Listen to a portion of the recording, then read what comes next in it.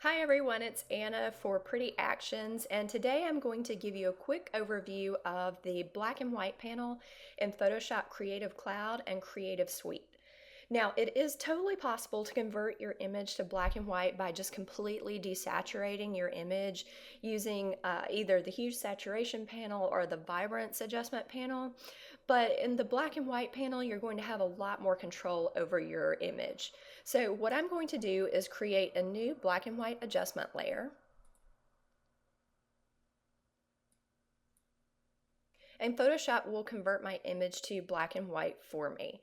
Now, near the top of the black and white panel, you'll see the word preset and a drop down menu. And here you can select from various filters that will affect your image. So you have like your blue filter. If you wanted to add a filter to darken your image, you could do that. You could make it lighter. So there are various presets there. Now you'll also see the auto button, which is similar to auto tone in that it adjusts the color channels below down here to what Photoshop thinks they should be. So sometimes this works really well, but most times you'll want to adjust your sliders individually. So each of the sliders below will modify the color channels within the original color image. For example, the color version here has a lot of yellows and greens in it. And when I move the yellow slider to the right, my image becomes much brighter. And if I move it to the left, it's going to become much darker. So if I want to brighten the surroundings around my subject here, I'm going to move my yellow slider towards the lighter portion of the color channel. Now, my subject's skin tone falls kind of within the red-orange channel range, so somewhere between red and yellow. So what I'm going to do here is actually move my red slider to the left, and that is going to bring a bit more contrast to my subject.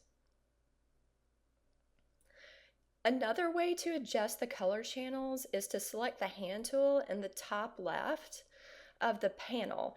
And what this will do is bring up your dropper tool, as you can see here.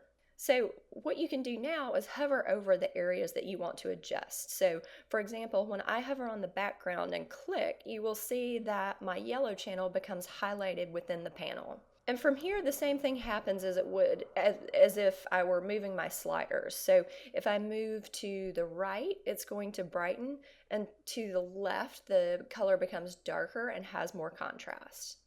Beside the hand tool, you'll find the tint option, and this allows you to add a tint of color to your image.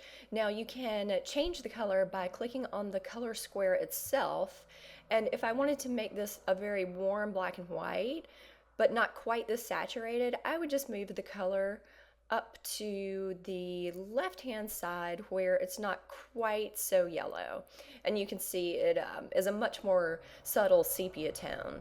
And if I wanted to add like a cool tone to my image, I could do that. Kind of the same concept, just a very light, almost white blue. At the bottom of your panel, you'll find a couple of really handy icons. You'll find press to view previous states. So if I want to, I can go back to where I was before I added the blue tint. So this shows me my sepia tone.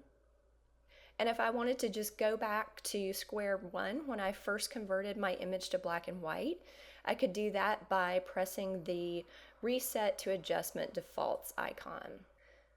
So there you have it. That is your basic overview of the black and white panel. So everything is going to vary from image to image as it always does. So be sure to play around with the sliders and experiment and have fun.